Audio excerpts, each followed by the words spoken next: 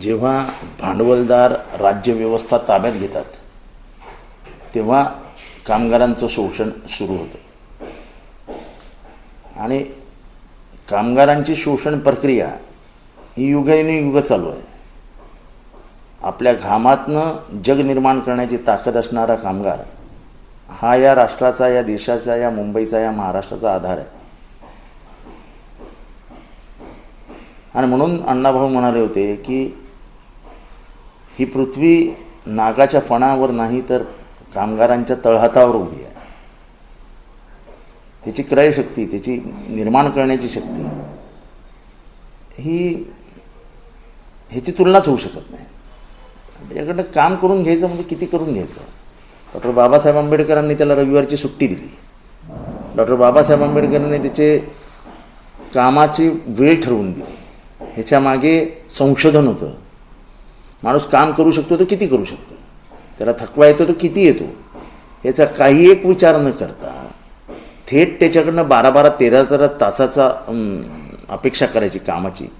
हा म्हणजे एखाद्या म्हणजे प्राणी पण म्हणता येणार नाही, प्राण्यालाही जीव असतो, पण ह्या म्हणजे अमानवी दृष्टिकोन आहे या सरकारचा. शेवटी कामगार माणूस आहे, माणूस म्हणून त्याच्याकडे बघावं. आपण स्वतः किती काम करतो, आपण राज्य मंत्रिमंडळात आहोत, आपण राजकारणात आहोत, मी आमदार आहे, मी किती काम करतो, मी किती करतो ह्याच्यावर मी दुसऱ्याची परीक्षा घेईन ना. आज मुंबईला कामावर जाणारा माणूस किंवा इतरत्र कामावर जाणारा माणूस तो घरातनं निघतो किती वाजता, तो कामावर पोचतो किती वाजता, तो काम किती करतो आणि घरी येतो कधी,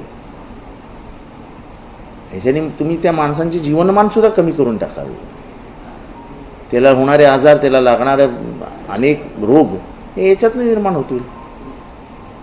त्याचं कौटुंबिक जीवन संपुष्टात येईल. म्हणजे नेमकं या सरकारला काय करायचं आहे? कामगारांना अंगावर घेऊ नका. जगात कुठेही काही करा, कामगार ही प्रचंड मोठी शक्ती आहे जगातली. आणि हे तुम्ही जाती जातीची भांडणं लावता, धर्माधर्माची भांडणं लावता, ते सगळं बाजूला ठेवा. हा कामगार एक झाला तर याला जग पलटवण्याची याच्यात ताकद आहे. आणि म्हणून कार्ल मार्क्सनी सांगितलं होतं, workers of the world unite, you have nothing to lose but your chains. म्हणजे तुमच्या पायातले साखळदंड तोडण्यापलीकडे तुमच्याकडे हरवण्यासारखं काहीच नाही आहे. काय आहे त्यांच्याकडे? सोनं, नाणं, बंगला, गाड्या, घोडे, शेती, वाडी काय आहे कामगारांकडे? ह्याच्यावर कमवतो आणि ह्याच्यावर खातो, बाकी काय आहे? हा जो काही म्हणजे कुठल्या दृष्टिकोनातनं, कुठल्या भांडवलदारांनी यांच्या डोक्यात घातलं आहे की कामगारांचं शोषण सुरू करा, या शोषणातनं या शासनाचा अंत आहे. झालं, जातीची भांडणं लावून झाली, ओबीसीला वेगळा गुळ लावला, मराठ्यांना वेगळा गुळ लावला, ते जाऊ द्या, ते त्यांचं कामच आहे, ती त्यांची नीतीच आहे. हिंदू, मुसलमान, ओबीसी, मराठा हे करतच राहतील. पण आता कामगारांवर हात घालणार तुम्ही, हे सहन नाही होणार. हे सहन नाही होणार. लवकरच कामगारांची एखादी बैठक बोलवली जाईल आणि उभ्या महाराष्ट्रात याच्या विरुद्ध आवाज उठवला जाईल. उद्योगपतींना याचा मोठा फायदा होऊ शकतो. उद्योगपती या ठिकाणी मला उद्योगपती, भांडवलदार हेच मालक झालेत शासनाचे. जेव्हा भांडवलदार मालक होतात कुठल्याही राज्यामध्ये, राज्यव्यवस्थेमध्ये, जेव्हा लोकशाही आणि गणतंत्र स्ट्रक्चर, राज्यव्यवस्था ही भांडवलदारांच्या हातात आहे, तेव्हा शोषण सुरू होतं आणि ते महाराष्ट्रात सुरू झालं. सर, 9 तासांच्या कामानंतर 3 तास वाढले, म्हणजे 12 तास झाले की त्यांना असं आहे की काय मला माहीत नाही याच्यात कुठलं वैज्ञानिक विचार केला आहे. अरे माणूस काम किती करू शकतो याचा तर विचार करा. ओव्हरटाईम मिळणार आहे. अहो सगळं पैशासाठी नाही करत माणूस. उद्या तो 24 तास कामाला लागेल.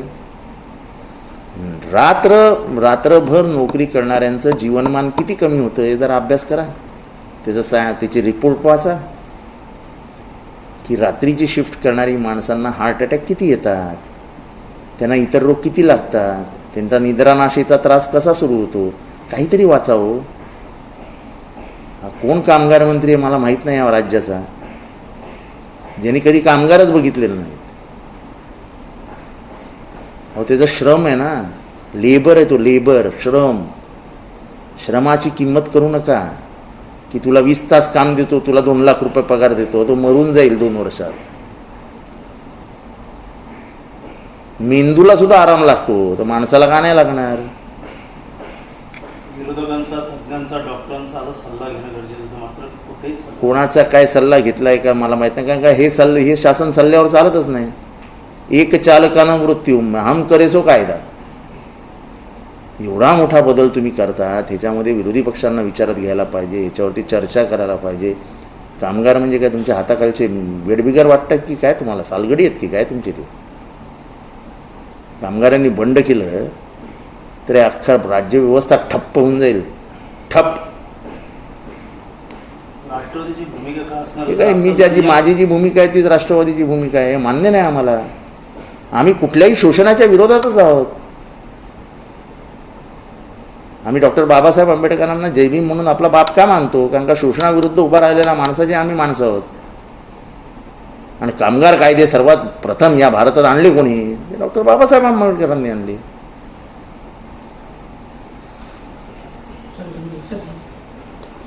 सर अभी जिस तरीके से कामगार को 9 घंटे से 12 घंटे में बढ़ा दिया गया है, उसको लेकर ये शोषण की शुरुआत है.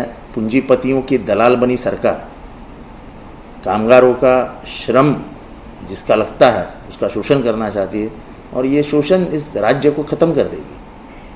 आप जात जात में झगड़ा लगा सकते हो, आप धर्म धर्म में झगड़ा लगा सकते हो, लेकिन कामगार के भावनाओं से मत खेलो. वो जब एक हो जाता है तो उसको दुनिया पलटने की उसकी ताकत रहती है. बम्बई को अगर बनाया किसने? अगर मुझसे पूछा जाए तो मैं यही करूँगा कि कामगारों ने बनाया, पूंजीपतियों ने नहीं बनाया. पैसे से जाकर मुंबई नहीं बनती. बम्बई में लोगों का पसीना गिरा है, उस पसीने से मुंबई में सोना हुआ है. 3 घंटा जो बढ़ाया गया उसको लेकर एक्स्ट्रा पैसे जो वो दिए जाएंगे, ऐसा राज्य सरकार का जो निर्णय हुआ है. हाँ, तो पैसे से तुम क्या उसकी जान खरीद लोगे? पैसा देकर उसकी जान खरीद लोगे क्या? मुझे नहीं लेना है पैसा. स्वास्थ्य नाम की कोई चीज है कि नहीं है? ये शोषण, ये पूंजीपतियों की दलाली करने वाली सरकार बन गई है. इसको ना समाजवाद समझता है, ना इसको गणतंत्र समझता है, ना इसको कामगारों के अधिकार समझता है. वो डॉक्टर बाबा साहब अम्बेडकर ने संशोधन करके जो उस समय का जो शोषण चलता था ब्रिटिशों के ज़माने का, उसको कम करके संडे की छुट्टी, रविवार की छुट्टी, इतवार की छुट्टी और 8 घंटे का काम, ये क्यों लाया डॉक्टर बाबा साहब अम्बेडकर ने? आखिर में हमारा संविधान संशोधन से बनाया ना, कोई एक रात में किसी से टाइप करके नहीं बनवाया ना उन्होंने. सर आप पटना गए थे, जिस तरीके से लोगों का आक्रोश जो है देखने को मिला, लोग जैसे राहुल गांधी के साथ जुड़ते जा रहे. आप तेजस्वी यादव हो या लालू प्रसाद यादव से भी आपने मुलाकात की है, आप थे, संजय राउत थे, तमाम लोगों ने जो है दौरा किया है. किस तरीके का प्रतिसाद जो है लोगों को? लोग चिड़े हुए हैं, और खास करके वोट चोरी का जो मसला है और जो सामने आ रहा है वो बहुत भयंकर है. ये भारत के गणतंत्र को ख़त्म कर दें. सर केंद्र सरकार ने जीएसटी में रिलीफ दिया है. 5% से लेकर 18% का जो जीएसटी था उसको कम करके 5% पे लाया गया. ट्रैक्टर में जिस तरीके से बढ़ोतरी होती है उसको भी अब जीएसटी कम किया गया. एक तरफ जहाँ पर किसानों से अनेक पैसे जो वसूले जा रहे थे उसको भी कम करके की गई. अब कितना सच है वो आप देखिए, सच्चाई को तलाशिए, फिर आपको समझेगा सच्चाई क्या है. सर ओबीसी आणि मराठा, आता कुठेतरी ओबीसीचं म्हणणं आहे की आमच्या ताटातलं कुठले आरक्षण काढल्यानं काही जण आता आक्रमक. हे बघा, कोणाला काही दिलेलं नाही, कोणाला काही घेतलेलं नाही. ह्याच्यावर न बोललेलं बरं. 3 महिन्यात सगळं सत्य बाहेर पडेल. फसवाफसवीचे उद्योग करून 2 समाजामध्ये दरी पाडायची आणि आपल्या स्थानिक स्वराज्य संस्थांच्या निवडणुका काढून घ्यायचा, एवढंच काम हे सरकार करतं आहे. हे सरकार फक्त राजकारणाचा विचार करतं. सामाजिक स्वास्थ्य या सरकारच्या ध्यानी मनी स्वप्नी पण नाही. भुजबळांनी राजीनामा द्यावा असं राऊतांचं म्हणणं आहे. का वाटतं येणाऱ्या काळात ओबीसीचा आवाज म्हणून चिंता व्यक्त केली? कसं आहे, मिलिंद देवरांचा जन्म हा जे व्यवस्थित झाला आहे, ज्या घरात झाला आहे, त्या घरात कचरा, पाणी, काम करायला माणसं, 24 तास, म्हणजे सोन्याचा चमचा घेऊन आलेल्या माणसाला आंदोलनाचं काय माहिती असणार? कुठल्या आंदोलनात मिलिंद देवरा कधी दिसला आहे का? त्यांच्या वडिलांबद्दल ठीक आहे, मिलिंद देवराचे ज्या म्हणजे त्याचं जे जीवनमान आहे, लाईफस्टाईल आहे, त्याच्यानुसार त्यांनी पत्र लिहिलं आहे. काय त्याच्यात मोठं? सर गेल्या अनेक वर्षांपासून गणेश भक्त जे आहेत ते खाडी असेल तलावांमध्ये त्यांच्या मूर्तींचं विसर्जन करतात, परंतु यंदा मात्र मला कळत नाही धर्माच्या नावावरती राज्यव्यवस्थेत आलेलं सरकार काय करतं आहे. हायकोर्टाने असं आहे की गौरी विसर्जन, आता गौरी विसर्जनामध्ये पाला असतो, काही म्हणजे झाडं पानं वगैरे असतात, त्याचं विसर्जन करून नका असं हायकोर्टाने सांगितलं का? आणि हायकोर्टाने सांगितलं का असं डबक्यात असं ते स्टीलचे टँक बनवा, स्टील नाही लोखंडाचे गंजलेल्या लोखंडाचे टँक बनवा आणि त्याच्यात मूर्त्या टाकून द्या असं सांगितलं का हायकोर्टाने? तुम्ही बनवा ना, तुम्हाला बनवायचं आहे ना, एखादा जलकुंभ बनवा, खाडीत बनवा, जसं तुम्ही तलावपालीत बनवलं आहे तसं खाडीत बनवा. ही कुठली पद्धत आहे लोकांच्या भावनांना ठेच पोचवण्याची? धर्माच्या नावावर राजकारण करताना लोक अत्यंत श्रद्धेने भावनेने पूजा करतात, त्याचं निर्माल्याचं पणही विसर्जन करतात. निर्माल्याने कुठली खाडी खराब होते? अहो तुमचं सिव्हरेज जे तुम्ही वर्षानुवर्ष त्या खाडीत सोडतात त्याच्याबद्दल बोला ना. तुमच्यामुळे खाडीचे 12 वाजले त्याच्यावरती बोला. तुमच्या अनधिकृत बांधकामांच्या आशीर्वादामुळे खाडीचा नाला झाला त्याच्यावरती बोला. सत्ताधाऱ्यांनी ठाण्यातल्या नाल्यांचे जे वाटोळे केले, नाल्यांमध्ये जी बांधकामं केलं त्याच्यावर बोला.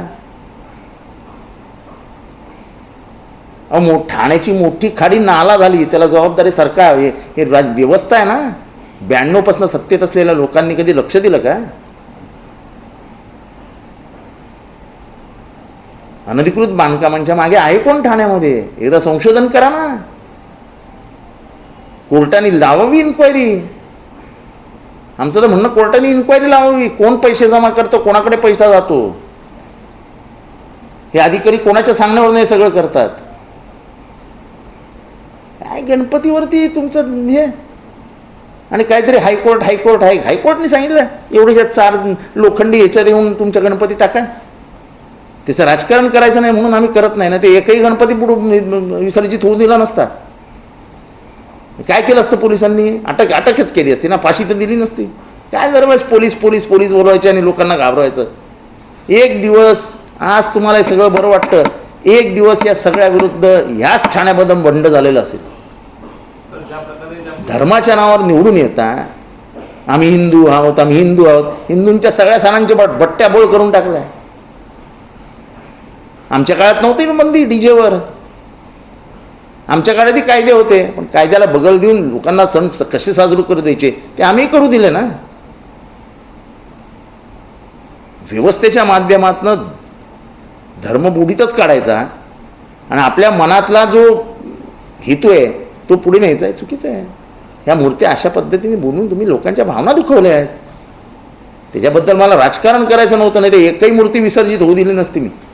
सर महापालिकेने जे आहे ते पूर्वी शाडूच्या मात्या जे मूर्तिकार आहेत त्यांना दिल्या होत्या. शाडूच्या मातींची मूर्ती जे तयार करण्यास सांगितली होती, परंतु जे भाविकांनी शाडूच्या मातीची मूर्ती घेतली होती त्यांच्याही मूर्त्या त्याच टँकमध्ये विसर्जित केलेल्या. मी तुम्हाला तेच सांगतो, कुठल्या व्यवस्थेने तुम्हाला सांगते शाडूच्या मात्याही मूर्त्याही खाडीत जाऊ द्यायच्या नाही? त्याच्याविरुद्ध सुप्रीम कोर्टात जायला पाहिजे. राज्य सरकारला भावनांचा कदर आहे की नाही आहे? फक्त हे राजकारण करायचं नाही म्हणून आम्ही शांत बसलो की जाऊ दे, बरोबर नाही आहे. बरोबर नाही, लोकांच्या भावनांशी खेळू नका. श्रद्धा आहे. ह्याच्यानंतर आता देवीचं विसर्जन येईल. अडवून दाखवा बरं, हिंमत असेल तर देवीचं विसर्जन. स्वतः तुमची मूर्ती जाते, स्वतः टेंबी नाक्यावरनं मूर्ती निघते, न्या आणि करा दुसरीकडे विसर्जन. नका करू तलावात विसर्जन. तलावात बंदी असताना तुमची देवी तलावाच्या मध्यभागी नेऊन तुम्ही विसर्जन करता. हे कसं काय चालतं बरं? म्हणजे तुम्हाला सगळे कायदे माफ आणि लोकांना सगळे कायदे लागू? बरोबर नाही.